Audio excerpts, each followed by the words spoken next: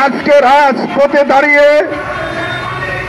জুলাইয়ের গণ অভ্যুত্থানে ব্যাপক ভূমিকা রাখা ইসলামপন্থীরা, দেশপ্রেমিকরা আজকে এই সরকারের কাছে জুলাই সনদের আইনি ভিত্তির জন্য রাজপথে আন্দোলন করতে হচ্ছে। এটা একটা লজ্জার বিষয়। উচিত ছিল গণ অভ্যুত্থানে অংশগ্রহণকারী দলগুলোর দাবি টেবিলের আলোচনার মাধ্যমে এই সরকার মেনে নিবে, কিন্তু আমাদেরকে রাজপথে এসে সংগ্রাম করতে হচ্ছে। আমাদের স্পষ্ট ঘোষণা, এই জুলাই সনদ এই নভেম্বরের মধ্যে গণভোটের মাধ্যমে আইনি ভিত্তি দিয়ে আগামী জাতীয় নির্বাচন এই জুলাই সনদের ভিত্তিতে হতে হবে। আর না হয়তো এই দেশে আমরা এই ৭২-এর সংবিধানের মাধ্যমে এদেশে আমরা কোন নির্বাচন চাই না, হতে দিব না ইনশাআল্লাহ। ২ নম্বর কথা হলো, ফ্যাসিবাদী আওয়ামী লীগ যে পথে গেছে, তাদের দোসর জাতীয় পার্টি এবং ১৪ দলও সেই পথেই যেতে হবে।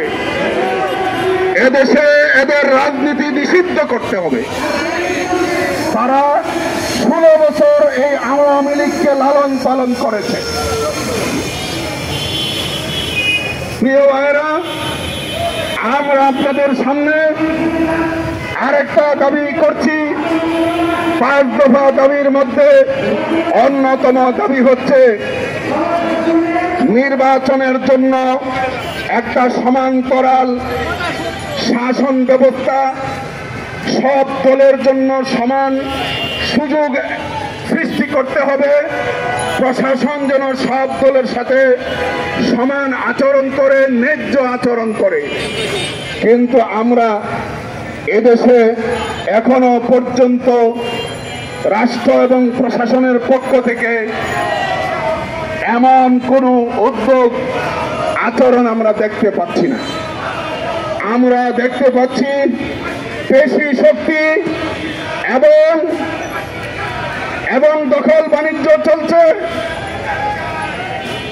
চাঁদাবাজি চলছে, হুমকি ধমকির রাজনীতি চলছে। আমাদের আশঙ্কা হয় যে আগামী নির্বাচনে